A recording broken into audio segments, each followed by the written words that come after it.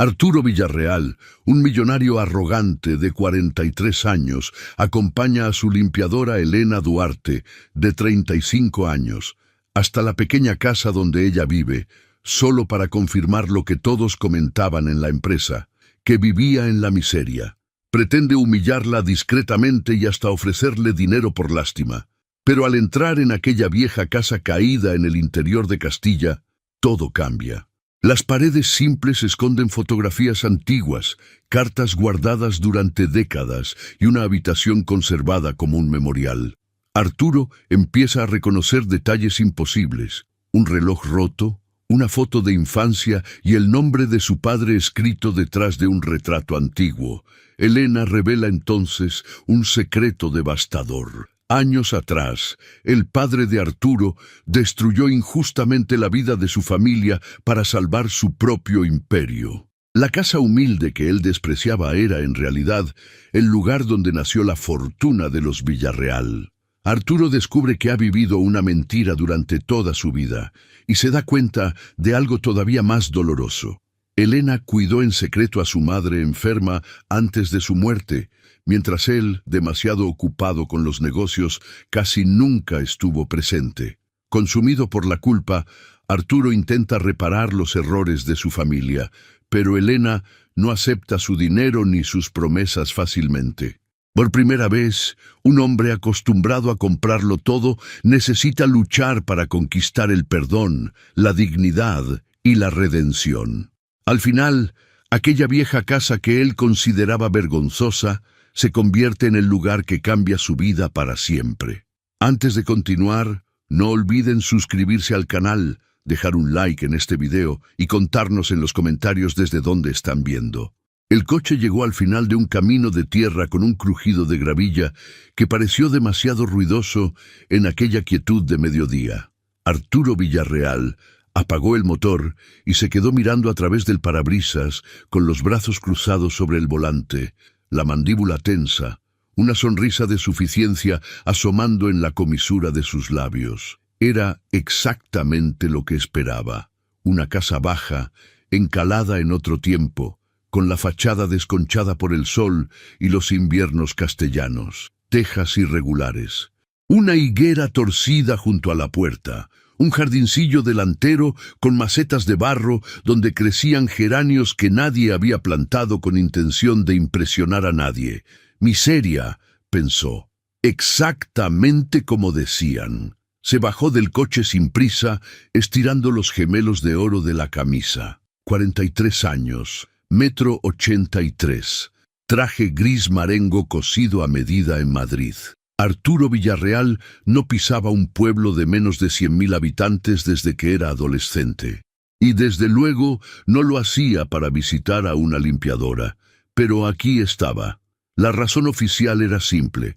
Elena Duarte, 35 años, llevaba 9 meses trabajando en las instalaciones del Grupo Villarreal en Salamanca.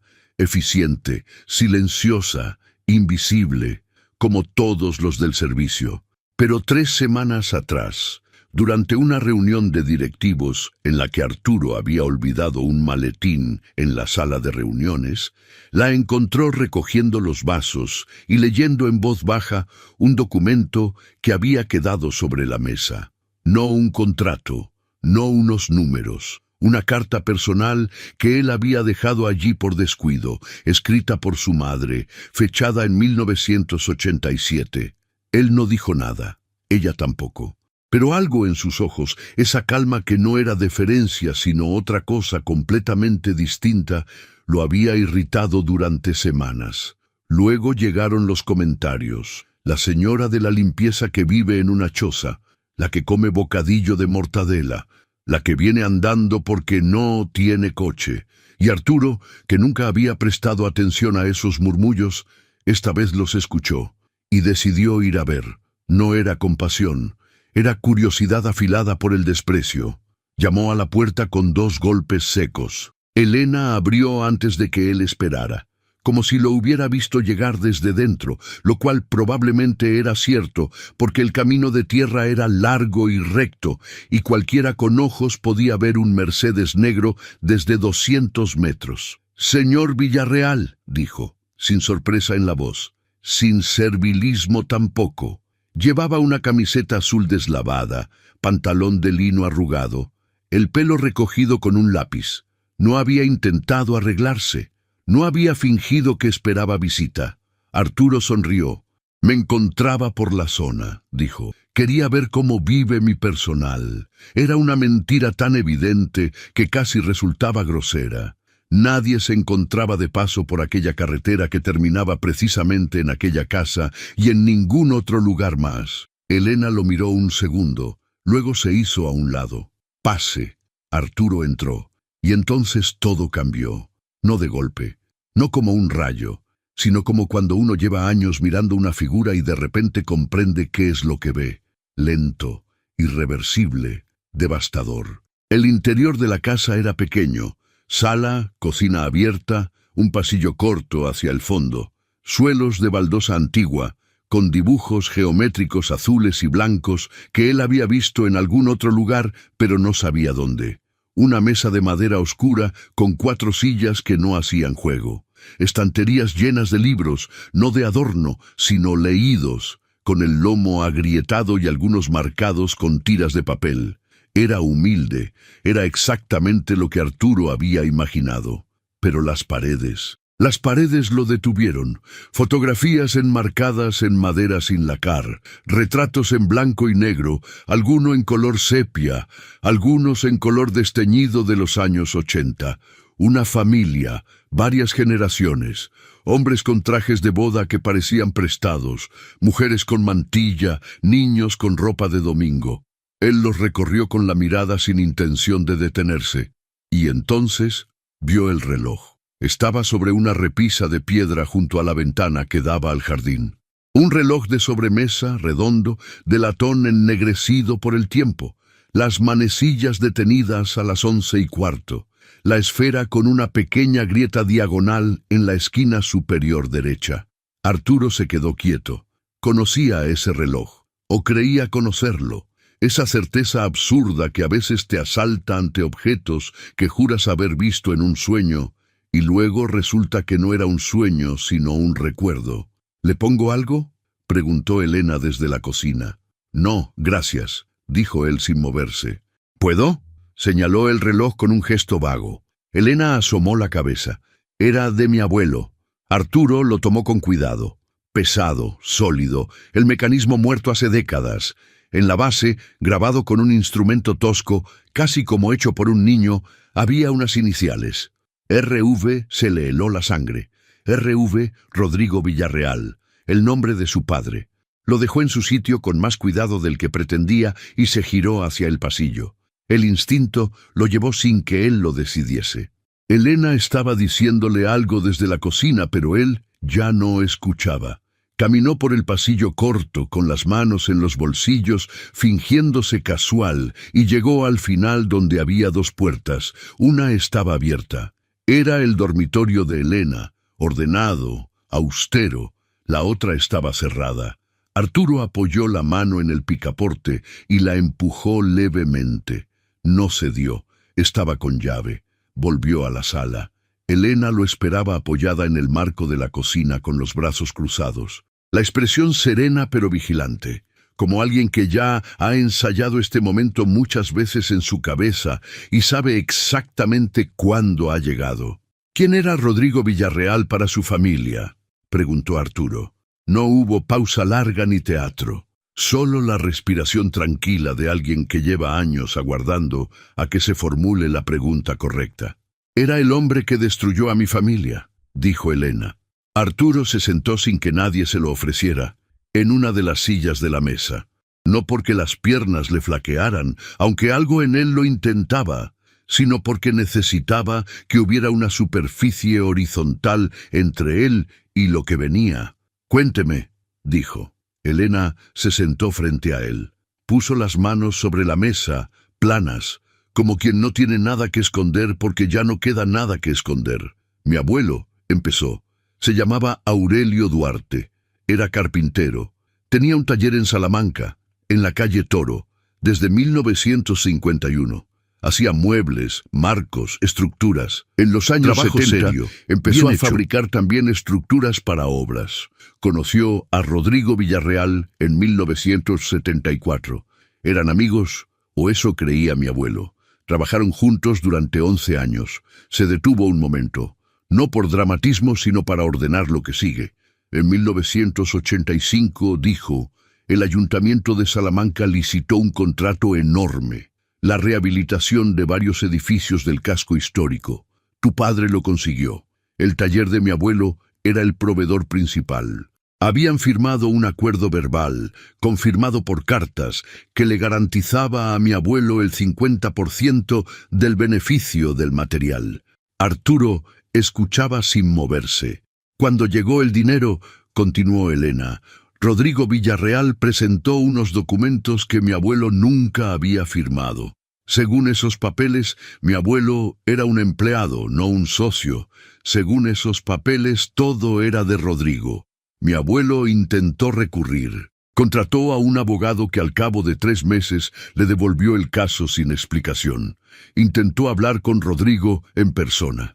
La última vez que fue a sus oficinas, los guardias de seguridad lo sacaron a la fuerza. Tenía 58 años. Elena bajó la vista un momento. Cuando la levantó, sus ojos no estaban húmedos. Estaban secos con la clase de sequedad que viene después de haber llorado todo lo que había que llorar hace mucho tiempo. El contrato de la rehabilitación del casco histórico de Salamanca, dijo, fue la base del Grupo Villarreal. Eso que tú llamas tu herencia, eso que aparece en los libros de empresa como el primer gran proyecto de tu padre, se construyó con el dinero que le robó a mi familia. Mi abuelo murió 4 años después, arruinado, enfermo, convencido de que había sido un ingenuo toda su vida. Mi abuela vendió la casa de Salamanca para pagar deudas. Compraron esto con lo que sobró. Hizo un gesto vago hacia las paredes, el suelo, el jardín. Aquí naciste tú, dijo Arturo. Aquí nació mi madre. Aquí me crié yo.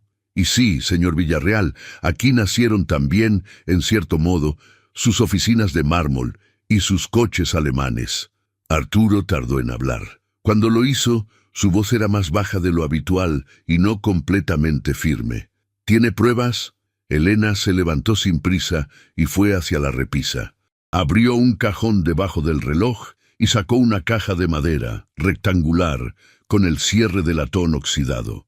La puso sobre la mesa y la abrió. Dentro había cartas, muchas cartas, dobladas con cuidado, algunas amarillentas, algunas con la tinta corrida por la humedad de algún año antiguo, y fotografías. Arturo tomó la primera fotografía. 2 hombres jóvenes frente a un taller. Uno de ellos era su padre. Rodrigo Villarreal, a los 30 y pocos años, delgado, con bigote fino, la sonrisa abierta de alguien que todavía no había aprendido a calcularla. El otro era un hombre de complexión fuerte con las manos manchadas de serrín y una expresión de orgullo tranquilo. Al dorso, escrito a mano, Rodrigo y Aurelio, Taller Duarte, 1976. Arturo dejó la foto sobre la mesa, tomó otra, y fue entonces cuando lo vio. En una de las fotografías de interior del taller, colgado en la pared del fondo entre herramientas y plantillas, había un cuadro pequeño, un dibujo de un niño, tosco, con creyones, y debajo, en letra infantil pero legible, Rodrigo, para siempre. Arturo conocía ese dibujo. Lo había visto de niño en el despacho de su padre, enmarcado, en el estante detrás del escritorio. Su padre siempre decía que lo había dibujado un sobrino ya fallecido. Nunca había sobrino. Era el dibujo del hijo de Aurelio Duarte, el padre de Elena, hecho para el hombre que consideraba a Rodrigo Villarreal como un amigo de la familia. Arturo cerró los ojos brevemente. ¿Por qué trabaja en mis instalaciones?, preguntó. Elena volvió a sentarse. La respuesta llegó sin vacilación, porque necesitaba dinero y porque quería ver cómo era usted, si era como su padre o si era algo diferente. ¿Y bien? Elena lo miró con esa calma que lo había irritado semanas atrás en la sala de reuniones y que ahora le resultaba completamente distinta. Ya no parecía insolencia, parecía juicio. Aún no lo sé, dijo. Arturo estuvo en silencio un momento. Luego miró hacia el pasillo y la puerta cerrada al fondo. ¿Qué hay en esa habitación? Elena tardó por primera vez. Luego se levantó, fue al pasillo y sacó una llave del bolsillo de su pantalón. La metió en la cerradura y abrió la puerta. Le hizo un gesto para que se acercara. Arturo entró. Era una habitación pequeña, de unos 8 metros cuadrados. Una cama individual con colcha blanca, perfectamente hecha, que no había sido dormida en mucho tiempo. Una cómoda de pino con un espejo ovalado. Una silla junto a la ventana con un cojín bordado. Y sobre la cómoda, organizado con cuidado casi reverencial, un conjunto de objetos. Una pulsera de hilo verde, un rosario de madera. 3 botes de medicación con el nombre impreso en la etiqueta. Una foto enmarcada. Arturo se acercó a la foto. Era su madre, Carmen Villarreal, en esta habitación, en esta cama, con esta colcha, sonriendo, delgada, con el pelo corto que él recordaba de los últimos años, pero sonriendo con una expresión que él rara vez le había visto en la vida real. Una sonrisa tranquila, sin tensión, sin el esfuerzo que ponía siempre cuando él la visitaba en la clínica de Madrid. Se giró hacia Elena.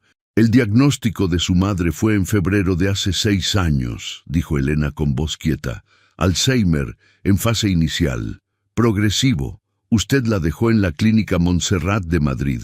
Personal excelente, sin duda, pero ella se sentía sola. Me lo dijo. Usted la conocía. Elena asintió. La conocía desde antes. Mi madre y ella se escribían. No lo supe hasta que mi madre murió y encontré las cartas. Su madre sabía lo que había hecho su padre. No todo, pero sabía lo suficiente para sentir vergüenza. Me buscó. Yo tenía 28 años. Vine a verla. Y nos hicimos amigas. Durante los últimos 4 años de su vida, cuando usted viajaba a Berlín, a Londres, a Tokio, yo venía a esta casa con ella 2 fines de semana al mes. Los médicos lo sabían. Habían dado permiso. Era legal, todo estaba documentado si quiere revisarlo. Arturo no dijo nada. Ella quería morir conociendo algo real, dijo Elena. No los pasillos de una clínica, estos suelos, este jardín, el olor de los geranios por la mañana. Murió aquí, en esa cama, en un martes de noviembre. Yo estaba con ella. Usted estaba en una cumbre empresarial en Bruselas. El silencio que siguió fue distinto de los silencios anteriores. No era el silencio incómodo del que no sabe qué decir. Era el silencio del que sabe exactamente lo que tendría que haber dicho y hecho, y no lo hizo. Y ahora eso ya no tiene remedio, y no hay ninguna palabra que llene ese espacio. Arturo salió de la habitación. Volvió a la sala, a la silla de antes, y se quedó mirando las fotografías de la pared durante un tiempo que no supo medir. Elena no lo acompañó inmediatamente. Se quedó en el pasillo, dándole espacio, que era también una forma de dignidad que él no había pedido y que recibió sin saber bien cómo sostenerlo. Cuando finalmente Elena volvió a sentarse frente a él, Arturo habló. Quiero compensarla. Elena no respondió de inmediato. Soy consciente de que suena a lo primero que diría alguien como yo, dijo Arturo, pero quiero que sepa que hablo en serio. Esta casa, los gastos, lo que mi padre tomó, puedo calcularlo, revisarlo con abogados, hacer que sea justo y documentado. Elena lo miró. ¿Sabe cuántas veces he imaginado este momento?, dijo. ¿Cuántas veces pensé en lo que respondería si alguien de su familia apareciera aquí y me ofreciera dinero? ¿Y qué respondía? Que no. Arturo frunció el ceño. No es por orgullo. No, dijo Elena. Es porque el dinero resuelve la deuda económica, pero no cambia nada de lo que importa. Mi abuelo murió convencido de que había sido un tonto. Eso no se compra. Mi madre vivió avergonzada de algo que no era culpa suya. Eso no tiene precio de liquidación. Y su madre murió aquí porque usted no estaba. Eso, señor Villarreal, no tiene ninguna cifra posible. Arturo no se defendió. Algo en él, algún mecanismo aprendido durante décadas de negociaciones y despachos y victorias fáciles, quiso responder con una contraargumentación, con una lógica, con una estructura, pero lo cerró antes de que saliera. Tiene razón, dijo simplemente. Elena lo miró con atención, como si esa respuesta fuera inesperada, como si hubiera ensayado durante años lo que vendría después del no y ahora tuviera que improvisar. ¿Qué quiere entonces?, preguntó ella. Arturo tardó. Quiero entender, dijo. No para aliviarme la conciencia, quiero entender que era real y que no en la historia que me contaron sobre mi familia. Quiero saber quién era mi padre antes de ser el hombre que hizo lo que hizo, y quiero saber quién era mi madre cuando no estaba siendo mi madre. Elena lo observó durante un momento largo. Eso es más difícil que un cheque, dijo. Lo sé. ¿Y si lo que encuentra no le gusta? Arturo miró el reloj detenido sobre la repisa, las iniciales grabadas con torpeza en la base. Un hombre de 30 años grabando su nombre en el reloj de su mejor amigo, porque en ese momento todavía era suficientemente joven para creer que la amistad era una forma de eternidad. Ya no me gusta lo que tengo, dijo Arturo, así que el riesgo no es tan grande. Elena no sonrió, pero algo en su postura cambió, apenas 1 milímetro. Como cuando una puerta que está atascada cede lo justo para que entre la luz. Las cartas que mi abuelo guardó, dijo, están en esa caja. Son 37. Algunas las escribió su padre. Algunas son respuestas que mi abuelo nunca envió. Las escribió igual, porque necesitaba decir las cosas aunque no tuviera a quien decírselas. Si quiere entender algo real, empiece por ahí. ¿Me las presta? Se las doy, dijo Elena. Siempre fueron suyas también, solo que usted no lo sabía. Arturo tomó la caja. Aquella tarde, de vuelta en Salamanca, Arturo Villarreal llegó a su apartamento del centro, el que tenía vistas a la catedral, y suelos de parqué, y una cocina que usaba 3 veces al año, y se sentó en la mesa del comedor con la caja de madera frente a él. Tardó 20 minutos en abrirla. Tardó 3 horas en leer las primeras 12 cartas. Y al terminar la noche, cuando ya eran casi las 3 de la madrugada y había leído las 37, cuando había visto la letra de su padre joven, entusiasta, agradecida, llena de planes y promesas, y luego había visto esa misma letra volverse más escueta, más calculadora, más fría a lo largo de los años, Arturo entendió algo que ningún documento de empresa ni ningún abogado podría haberle explicado. Su padre no había nacido siendo ese hombre. Se había convertido en él despacio, eligiendo cada vez la comodidad sobre la honestidad, hasta que un día las elecciones pequeñas habían construido una traición enorme, y ya no había marcha atrás posible sin destruirlo todo. Y su padre había elegido no destruir nada que fuera suyo, solo lo que era de Aurelio Duarte. A la mañana siguiente, Arturo llamó a su abogado. No para lo que esperaba el abogado, no para una revisión contractual, ni para una adquisición, sino para pedirle que buscara todos los registros disponibles del contrato de rehabilitación del casco histórico de Salamanca de 1985. Escrituras, acuerdos, correspondencia notarial, cualquier cosa que existiera. El abogado tardó 4 días. Lo que encontró confirmó cada palabra de Elena. Los documentos que Rodrigo Villarreal había presentado para excluir a Aurelio Duarte de la sociedad habían sido elaborados por un notario que murió en 1993. Las firmas de Duarte eran falsas. Había suficiente para demostrarlo con un perito actual. Arturo leyó el informe 2 veces. Luego condujo de nuevo hasta la casa de tierra y higuera torcida. Esta vez Elena no abrió antes de que llamara. Tardó un momento. Cuando abrió, llevaba delantal, las manos manchadas de harina. Había estado haciendo algo en la cocina. Tenía razón en todo, dijo Arturo. Lo he verificado. Elena lo miró. ¿Y qué va a hacer con eso? Arturo había pensado en esta pregunta durante 4 días. La había respondido de 20 maneras distintas, cada una más elaborada que la anterior. Planes de compensación, fundaciones en nombre de Aurelio Duarte, rehabilitaciones de edificios históricos pagadas por el Grupo Villarreal como acto de restitución pública. Pero delante de Elena, con harina en las manos y la puerta entreabierta, todas esas respuestas se le cayeron. No lo sé todavía, dijo, pero quería decírselo en persona. que lo verifiqué, que no vine aquí para desmentirla. Elena lo miró durante un momento. Luego se hizo a un lado.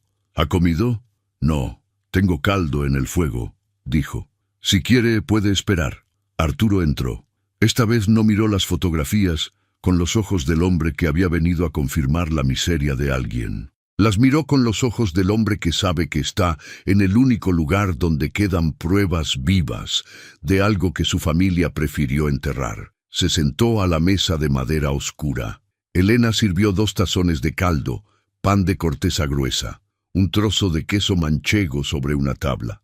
Lo puso todo sin ceremonia, sin servir en el sentido en que él estaba acostumbrado, sino con el gesto natural de alguien que pone comida sobre la mesa porque es la hora de comer y hay 2 personas. Arturo bebió el caldo en silencio. Era el mejor caldo que había tomado en años. No porque fuera extraordinario, sino porque era real, hecho con tiempo, con intención, sin nadie intentando impresionar a nadie. ¿Cómo era mi madre cuando venía aquí?, preguntó. Elena tomó su tazón entre las manos. Al principio estaba nerviosa, dijo. Venía con una bolsa pequeña como si no quisiera incomodar. Se disculpaba por todo, por ocupar espacio, por pedir agua, por necesitar ayuda para subir el escalón de la entrada. Tardó meses en sentarse sin preguntar antes si podía. ¿Y luego? Luego se quedaba dormida en el sillón del jardín después de comer, con el sol en la cara. Sin medicación para la ansiedad, dormía de verdad, no esa especie de anestesia que le ponían en la clínica. Aquí soñaba. Me lo contaba por las mañanas. Soñaba con cosas del pasado, con personas que había querido. ¿Hablaba de mí? Sí. ¿Qué decía? Elena bajó los ojos hacia el tazón. Decía que le había fallado sin querer. No a usted. Usted le había fallado a ella, o eso creía ella, por no haber estado más presente. Pero lo que le preocupaba era haberle transmitido una versión falsa del mundo, haberle dejado creer que todo lo que tenían era limpio. Sabía lo de las firmas falsas, lo intuía, no tenía documentos, pero había cosas que su marido nunca le explicó y que ella, con los años, aprendió a no preguntar. Y eso, decía, era también una forma de participar. Arturo dejó el pan sobre la mesa. Era una buena mujer, dijo Elena en voz baja, más de lo que cualquiera de los 2 sabía entonces. Aquella tarde no hubo más conversación sobre compensaciones, ni abogados, ni planes. Elena le mostró el jardín trasero, pequeño, con una parra vieja que daba sombra sobre una mesa de hierro con la pintura desconchada. Le contó que la parra la había plantado su abuelo el año que llegaron a esa casa, que era la primera cosa que plantó, antes que nada porque quería que su mujer tuviera sombra en verano. Arturo pensó en los jardines de la finca de su padre en la Sierra de Gredos. 12 hectáreas, jardinero profesional, piscina climatizada, todo impecable y sin ninguna historia detrás. ¿Sigue queriendo darme dinero?, preguntó Elena antes de que se fuera. Arturo se volvió desde la puerta. Sí, dijo, pero ya sé que no es lo que necesita. Y también sé que no es lo que necesito yo. ¿Y qué necesita usted?, tardó. Necesito que lo que hizo mi padre quede nombrado correctamente. No en un tribunal, no necesariamente, pero que quede dicho que Aurelio Duarte fue estafado, que era un hombre honesto y que le quitaron lo suyo, que su trabajo está en la base de lo que mi familia llamó su éxito. Necesito que eso sea verdad reconocida, no secreto enterrado. Elena lo miró. ¿Y qué hace con eso una vez que lo ha dicho? Arturo miró la casa, las paredes desconchadas, los geranios sin pretensiones, el escalón de piedra que su madre había aprendido a subir despacio en sus últimos años. Lo que pueda, dijo. No era una gran respuesta, pero era la primera respuesta honesta que Arturo Villarreal daba en mucho tiempo, y ambos lo sabían. Hubo más visitas, no fáciles, no cómodas. Elena no lo invitaba. Él llamaba antes con suficiente antelación, con una formalidad que al principio parecía excesiva y que con el tiempo fue siendo simplemente el modo en que ambos funcionaban. Ella ponía caldo, o café, o nada, según el día. Él traía a veces pan de la panadería del pueblo, que había encontrado por casualidad y que resultó ser de las mejores de la provincia, lo cual le pareció una pequeña reparación simbólica que él mismo sabía que era ridícula, pero que hacía igual. Leyeron algunas cartas juntos. Elena las conocía de memoria, pero las escuchaba de nuevo con paciencia, mientras Arturo las leía en voz alta en la mesa, con la luz de la tarde entrando por la ventana. Hubo momentos en que la voz de él se quebraba, y hubo momentos en que el silencio de Elena era el único comentario necesario. Arturo contrató a un historiador para documentar la contribución de Aurelio Duarte al proyecto de rehabilitación del casco histórico. El informe resultante fue entregado al Archivo Municipal de Salamanca con una nota firmada por Arturo reconociendo la deuda histórica de la empresa familiar. No era un titular de periódico, no era una conferencia de prensa, era un documento en un archivo donde los investigadores y los curiosos y los nietos de los nietos podrían encontrarlo si querían saber la verdad. Elena supo de ello 3 semanas después, cuando el archivero le llamó porque su apellido figuraba en el documento como parte interesada. Esa tarde llamó a Arturo. «¿Por qué no me lo dijo antes?», preguntó. «Porque no lo hice para que usted lo supiera», dijo él. «Lo hice porque era lo que había que hacer». Hubo un silencio breve. «Mi abuelo habría apreciado eso», dijo Elena, «que quedara escrito en algún sitio». Un martes de noviembre, exactamente 5 años después de la muerte de Carmen Villarreal, Arturo apareció en la casa con un ramo de flores del campo, no de floristería. Las había cortado él mismo de un prado junto a la carretera, torpemente, con unas tijeras que encontró en el maletero y se notaba. Elena lo miró un momento. «Son horribles», dijo. «Lo sé. Pase». Los pusieron en un vaso grande, porque no había jarrón adecuado, y quedaron inclinados en distintas direcciones, como si cada flor hubiera decidido mirar a un lado diferente. Elena preparó café. Arturo puso las tazas en la mesa. Ninguno de los dos habló durante un rato. Luego Elena dijo, sin preámbulo, «Mi abuelo y su padre fueron amigos de verdad durante 11 años. Eso también es real, no solo la traición, también los 11 años». Arturo asintió. «Mi padre era 2 personas», dijo. «La mayoría lo son», dijo Elena. «La pregunta es, ¿cuál de las 2 decide en el momento que importa?» «¿Y usted?», preguntó Arturo. «¿Cuál de las suyas decide?» Elena tomó su taza. «La que planta geranios aunque nadie los vea», dijo. «La que guarda las cartas aunque duelan. La que abre la puerta aunque no tenga por qué». Arturo miró el reloj detenido sobre la repisa. Las 11:15 para siempre. 2 iniciales grabadas con torpeza por un hombre joven que no sabía todavía en qué se convertiría. «¿Puedo quedarme con él?», preguntó. «¿Con el reloj?». Elena lo miró. «No», dijo, «pero puede venir a verlo cuando quiera». Arturo asintió. Afuera, la higuera torcida movía las ramas en el aire de noviembre y los geranios, imposiblemente, seguían rojos contra el blanco desconchado de la pared.